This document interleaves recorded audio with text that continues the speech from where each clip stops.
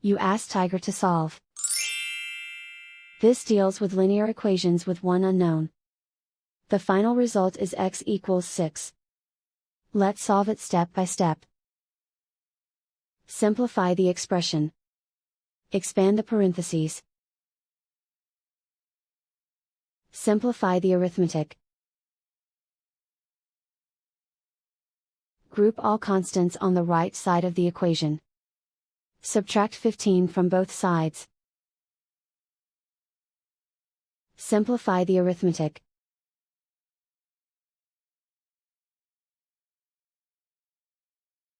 Isolate the x.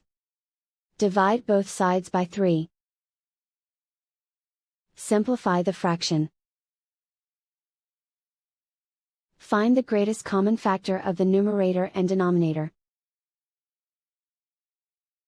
Factor out and cancel the greatest common factor. And so the final result is x equals 6.